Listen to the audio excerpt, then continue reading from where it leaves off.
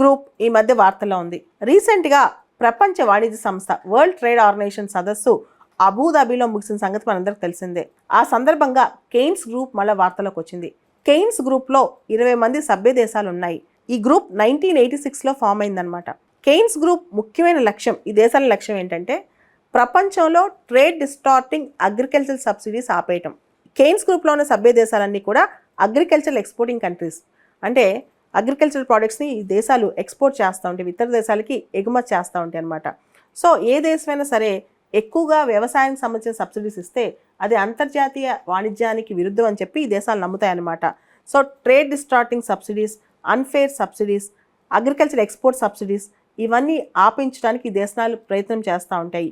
రీసెంట్గా కెయిన్స్ గ్రూప్లో 20వ సభ్య దేశంగా ఉక్రెయిన్ జాయిన్ అయింది. కెయిన్స్ గ్రూప్లో సభ్య దేశాలని ఒకసారి చూద్దాం. Argentina, Australia, Brazil, Canada, Chile, Colombia, Costa Rica, Guatemala, Indonesia, Malaysia, New Zealand, Pakistan, Paraguay, Peru, Philippines, South Africa, Thailand, Ukraine, Uruguay మరియు వియత్నాం. ఈ దేశాలన్నీ కూడా కెయిన్స్ గ్రూప్లో సభ్య దేశాలన్నమాట. కెయిన్స్ గ్రూప్ వాళ్ళు చెప్పుకునే లక్ష్యం ఏంటంటే fairness and level playing field in agriculture. ముఖ్యంగా ఇక్కడ WTO పరిధిలో AOA అని ఒక అగ్రిమెంట్ ఉంది, అగ్రిమెంట్ ఆన్ అగ్రికల్చర్ అని.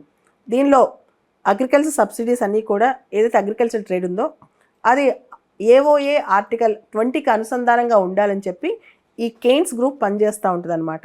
రీసెంట్గా వరల్డ్ ట్రేడ్ ఆర్గనైజేషన్ యొక్క 13వ మినిస్టీరియల్ కాన్ఫరెన్స్ అబుదాబిలో జరిగిన సందర్భంగా 43వ కెయిన్స్ గ్రూప్ మినిస్టీరియల్ మీటింగ్ జరిగింది. ఆ మీటింగ్లో కెయిన్స్ గ్రూప్లో 20వ సభ్యురాలుగా ఉక్రెయిన్ జాయిన్ అయిందనమాట. ఈ సందర్భంగా అగ్రికల్చర్ రిలేటెడ్ డొమెస్టిక్ సపోర్ట్ గురించి, మార్కెట్ యాక్సెస్ గురించి, ఎక్స్పోర్ట్ కాంపిటీషన్ గురించి చర్చించారు. దాంతోపాటు దీనికి సంబంధించి చాలా ప్రక్షాళన చేయాలని కూడా డిసైడ్ చేశారు. వ్యవసాయ ఆధారిత ఎగుమతులపై పోటీకి సంబంధించిన అంశాలు కూడా కెయిన్స్ గ్రూప్ మినిస్ట్రియల్ మీటింగ్లో చర్చించారు.